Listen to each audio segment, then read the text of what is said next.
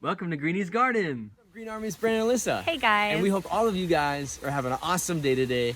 I'm so excited because we're gonna be talking about one of our favorite things in our backyard. And what is that, love? It's our pond. It's our pond. We're gonna be covering some of the most popular questions that we get when we post a video of our pond or just a photo. A lot of popular questions, but we're just gonna give you some details of the pond, okay?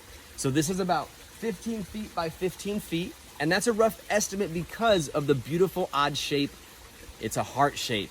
So that's just why we give kind of like, a rough idea on it. So it's 15 by 15. We do have shelving along the perimeter of our water garden. Here's what we like to call it as well. It goes a foot deep. So we have a foot deep right here, and then we go out and then it drops again, which is the 3 foot mark. So the deepest part of our pond is 3 feet deep. So just to kind of give you guys a backstory of it, we did build this pond ourselves. We did have some friends help us move those heavy boulders. Yeah, we couldn't have done that, just the two of us. That would have took a long time, and we're very grateful for the help. But everything else, we built everything. We really took our time with it. So we're really excited to kind of, jump right into it. So I think we have to start with the stars of the pond. So we're going to kind of not spook them, but we want to show you guys again our friends. It's just like one of the biggest parts of the pond. Some people call them water jewels. Look at the colors on them, guys. Like, don't they just stick out? We call them the boys. Yes. But they're not all boys. No, and we will tell you why that is. But real quick here, we have 5 koi fish in here. And this guy right here, his name's Dylan. That's a cosmic goldfish. So again, we have koi and a cosmic goldfish. Can you see the other fish by chance? Yeah, some of them are showing up in the frame. Okay, I can't tell if you can see them. So we got introduced to more friends. We're grandparents now. Yep, we are grandparents. We weren't planning on it. It just happened. But we don't know what koi, but the cosmic goldfish and one of the koi had hybrids. So I think you can see them right here. I'm gonna try to throw some food in there. Let's see if they will pop up for us. Those dark colored fish are a combination between goldfish and koi. And they were born about a year ago? Yep. Last summer? Yep, about a year ago. And then, can you see the little ones over there? So those little ones, I don't know if you guys can see them. Oh, one just went across the screen there. Those are gambusia, or also known as mosquito eater. They actually eat the larva.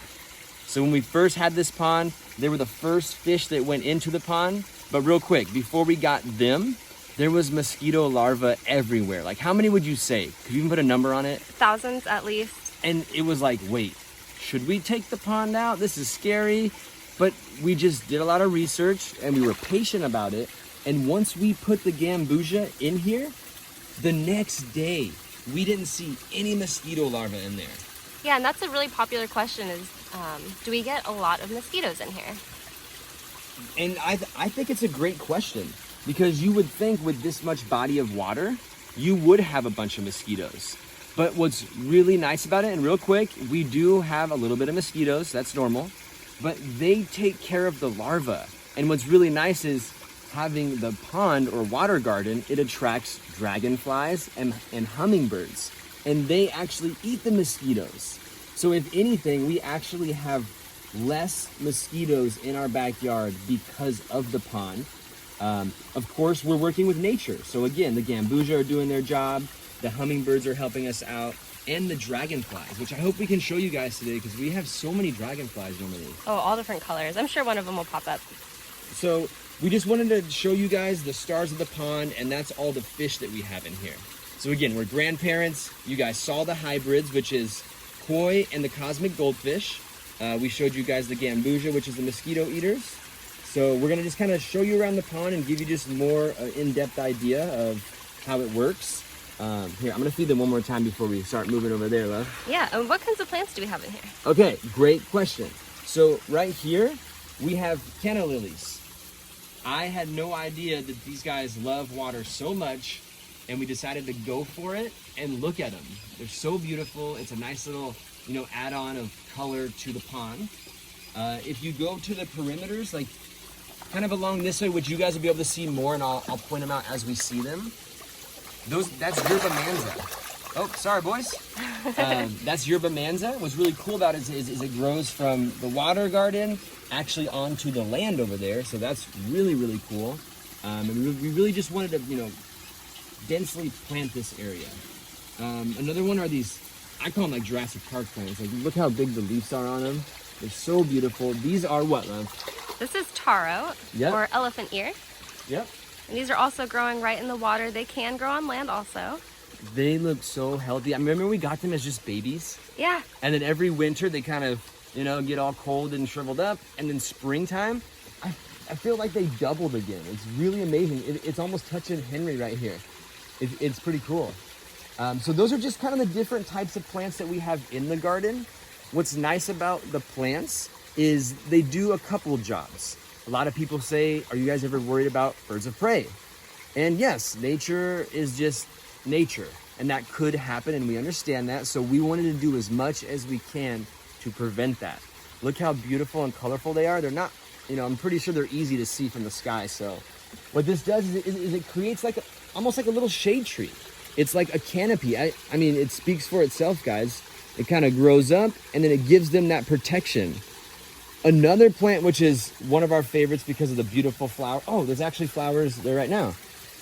And correct me if I'm wrong here, love. There's about, 6 different varieties of not canna lilies, excuse me. Water lilies. There's 6 varieties in there. And this is what's going to protect that top layer. As you can see, look, Dylan over there, Gus is the orange one. They're all underneath, those pads there, which give them that extra protection. So they not only have the canopy here to protect them on the top layer, they actually have, I guess the surface is protected as well by plants. Isn't that so cool, guys? You know us by now. We love plants and we use them as much as possible. So yeah, just kind of wanted to jump in there and give you guys a good idea of the fish and the different types of plants we have. We should take them over here and show them another part of the pond. Let's head over there. So if we're gonna go this way, just watch your head. Have the hammock here. Thank you. Yep. And as you guys know, Henry here, Henry is another big part of the pond. You guys know Henry. Say hi to Henry right here. It's our Chinese elm, the oldest plant in our yard. Yep, the oldest plant in our yard. We love this tree. Henry helps us with our hammock here. But most importantly, he's a shade tree by the pond. So when that hot afternoon sun's coming over here on this way, guess what's not getting blasted with the sun? That pond. The pond. So, really shading your pond is key. Especially in Arizona when we're getting above 100 degrees, no problem in the summer. It's just business as usual, super hot. We understand that. Just adapt with it. Make sure your pond is shaded as much as possible because you will get algae. That is something that, Eric Triplett, ThePondDigger, that's who we followed on YouTube on how to build a pond step by step. One thing I love that he put out there was it's part of nature, algae. Take a deep breath, relax, just like fruit trees or gardening or any type of plant. You gotta have patience, guys. So I'm sure around this time, we're on July 1st right now. Already. So we're gonna be able to show you what that algae looks like and we'll walk you guys through it. We'll take a deep breath together and show you it's just a part of the pond process. Yeah, it gets its worst in, what would you say, like February? Yeah, February was pretty bad.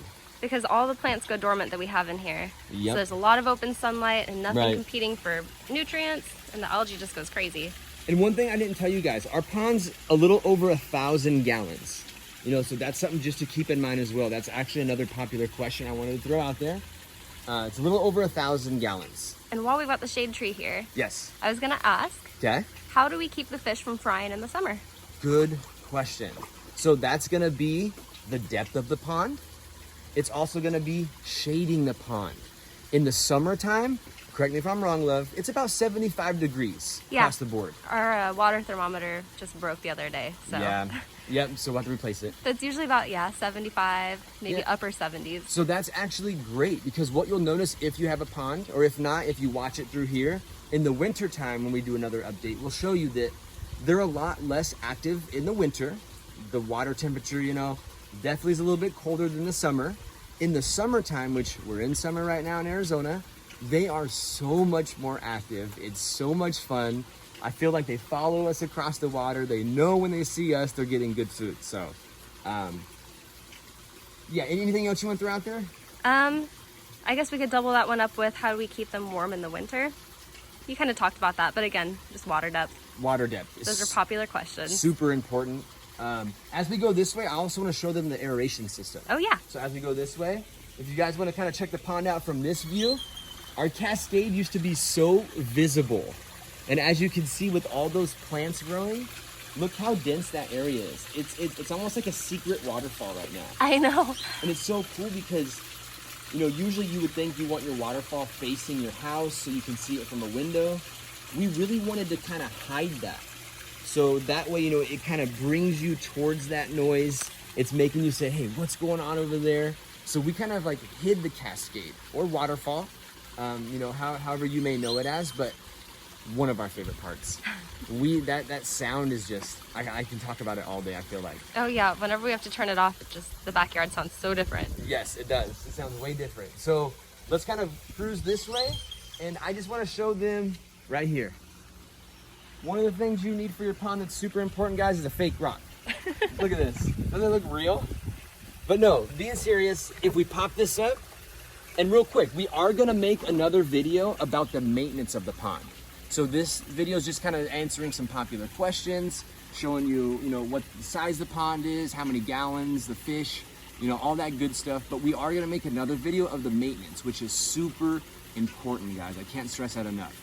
Everything needs maintenance, and your water garden needs that maintenance. So we will get into that in our next video. But I just want to walk this through you real quick, just to kind of give you an idea. So this is the skimmer here, okay? So if you guys can see this current right here, which maybe I can show you guys with this leaf. This is what's gonna catch your debris. So if you have a leaf in here, you see how the current just pushed that leaf that I just threw in here into the skimmer? Clean this out daily, guys, if you can. I know we're all human, we got busy schedules, but definitely try to keep up on it every day. I wish I can show you now, but we've been pretty good about keeping it clean. We'll grab this little net here, and all the leaves that, you know, go to this skimmer box here, it can technically clog it up to where it's not pushing the water through. So what we do is we just grab this net, we'll go like this, and then we'll clean up all the leaves. Make sure there's no baby fish in there, because sometimes the gambusia like to go for a little ride. I don't know why, but they do. I don't know why, but they just love the thrill, I guess. And we kind of just clean it out like that. What you could do is you take this skimmer box out here if it gets too bad, and you just run some good pressure over it with the water hose. Put it by your fruit trees, clean this out, and then look. So as you can kind of see, there's a little bit of debris here. So all we do is just kind of quickly go through here. Look at that. You want to take out all those little leaves, because what they do is they can clog up your pump. So the pump is, well, here, but it's underneath this other filter. So we have a green filter down here, and underneath that green filter is going to be the pump. And help remind me here, love, it's an Alpine 2500? 2100. 21, thank you. Alpine Cyclone 2100. Yep, so just if you guys are curious, that's the pump that we decided to go with. So let me put this back here, and then once, as that current goes, the pump's sucking the water through here, and now it's pushing it through this tube. And you guys know where it ends up going? Show us. Let's show you, okay. So that's just, again, kind of a quick overview of what that looks like. You can use your overflow here, but we decided not to. That just being said, you hook another flex pipe up to here. That way, if the water ever goes above this line here, it just kind of seeps out that flex pipe. We didn't use it, so just to kind of get you guys all caught up. These are the yerba manza that I was telling you guys about on the other side of the pond here. It gives off beautiful white flowers. These are actually native to Arizona, and they are medicinal. Yep. I don't really know how they're used. Right. Just being honest with you guys. One thing here, like I said, it grows in the water. So if you want to go over here real quick, love, they are submerged in the water right here. You can kind of see their roots right here. They just sit right above the water. They go into the little cracks into the rock. Hey, here's actually what we were talking to you guys about earlier. This is our water temperature, which broke today. Greenie thinks it's her toy. It's so funny. She'll come over here and she'll think it's like her toy. Probably because she can see yellow. So she's like, hey. But yeah, just wanted to show you guys the yerba manza grows in water. And if you come right over here, you guys will see that it grows on land. pretty fascinating, you know, pretty hardy plant where they can adapt. You can learn a lot about these plants right here. Oh yeah, they're cool. It's pretty cool. And yeah, and now you guys saw the beautiful little white flowers that it gives off. Some more taro, which is just everywhere in the pond. Oh, and there's one more plant we kind of forgot about. Oh, tell them what this one is, love. This is cattail. Yep, this is cattail. Oh, look. Look at this. Whoa. Oh, and there's a dragonfly that just landed on my shoulder. But yeah, this one right here is cattail. You will most likely see this in every pond. We didn't really want to overcrowd it with cattail. I honestly didn't like it at first. Yeah. But then we learned that dragonflies, Yep. the nymphs will crawl up these and hatch out of their little cocoons and turn into dragonflies. And you'll even see like the adults, they'll kind of just fly up here and they're so light. It's awesome. They'll like hang on this and just kind of sway with the wind. Dragonflies, guys, so beautiful, so many colors. And again, they eat the mosquitoes with the hummingbirds. So nature is such a beautiful thing.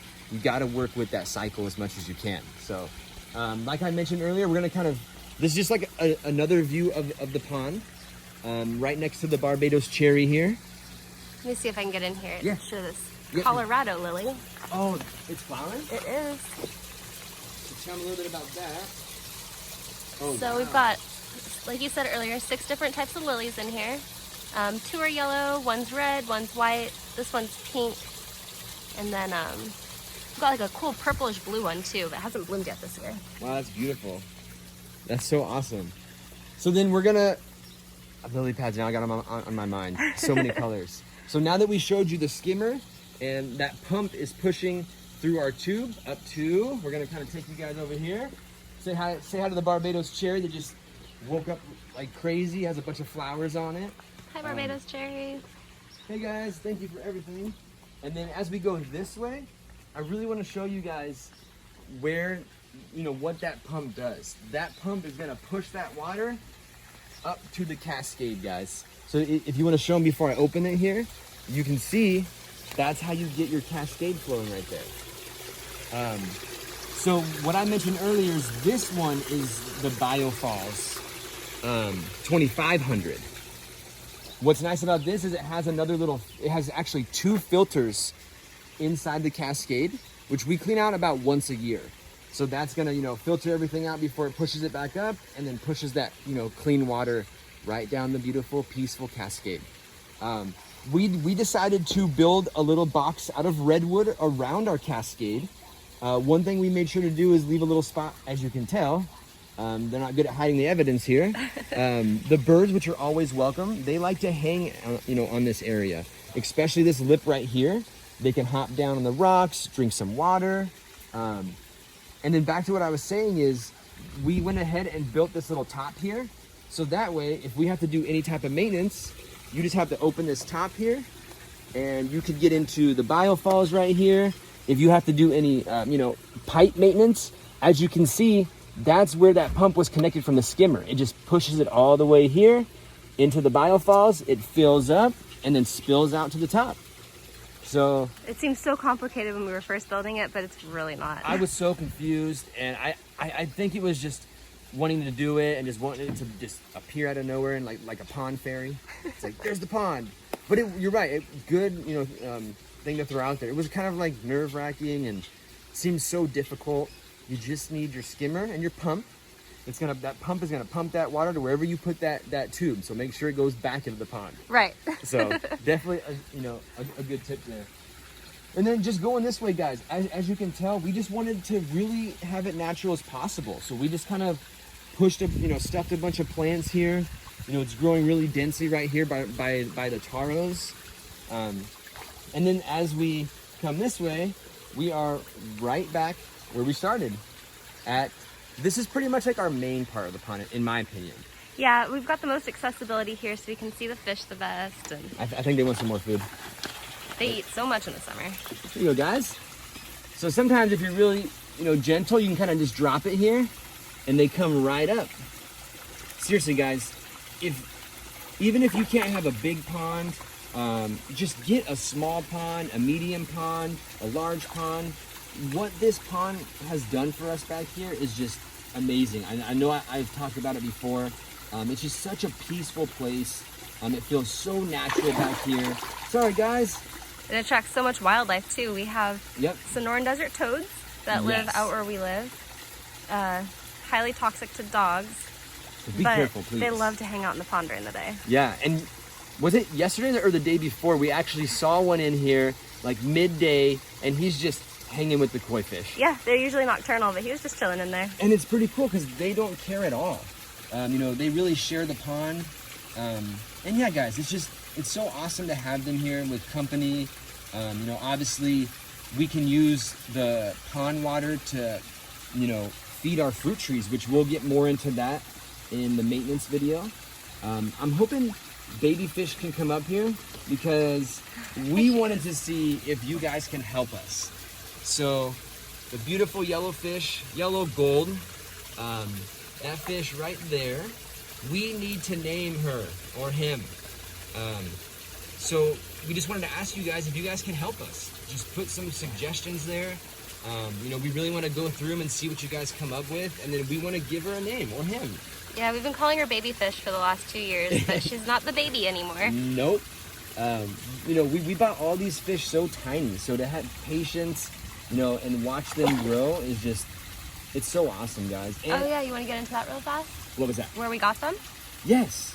We got them, so we got 2 of them from Petco. Yeah, baby fish and Gus, the big orange one. Yep, that big orange one. He's kind of being shy right now. And then baby fish, we got them from Petco. We met 2 employees that we got really, you know, cool with. I love when you know someone who's really passionate about something because they always ask about them. But just a little off topic there. All the other fish came from Next Day Koi. Yeah, they actually ship them from North Carolina, I think. Yep. And they were little. They were like 3 or 4 inches long just was- 2 years ago. It was so shocking to say, is that okay that they get shipped? But they're here. They're healthy. I've said it 100 times, but I just love having them with us. It's really cool to just come out here, guys, whether a hard day of work or doing some work. You know, it's nice to just be surrounded by the pond. I think it brings a lot of tranquility to us. And also, it's just cool to have koi and cosmic goldfish and the hybrids in there, and the gambusia that we talked about. It's just really fun, and I think it's something you have to just experience. So, again, if you guys can help us name baby fish, that would be so awesome. Put your suggestions in there, and we would just love to see that and hopefully get a name for her. So is there anything else, love, that I'm missing or that we can maybe throw out there besides food to the koi? Off the top of my head, I think that's the most common question. Okay, so we talked about the mosquitoes, we talked about the depth of the pond, you know, the size of the pond, different plants that are in there. How to help the fish live through the summer and the winter. Which is so important, guys. If you take on any animal, you already know. Do it right. Yeah, do it right. Take care of them. I remember we were saying if we're going to have a pond, we're not just going to have a pond. We're going to make sure we have a pond, a successful pond, you know, especially because we put life in there, guys. You got to make sure it's for them. And what's really cool, and in the maintenance video that we're going to make, we'll get more into it because they actually give back to us. So we will get more into that. But since we kind of made sure we covered all those important questions, we just wanted to thank you guys so much for hanging out with us today. We hope you and your family and your friends and your plants are doing all great and just being happy as possible. And just, yeah, thanks for hanging out with us today, guys. Thanks for hanging out with us today, guys. Thank you for hanging out with us today, guys. And as always, we hope all of you guys have an awesome day today. Bye, guys.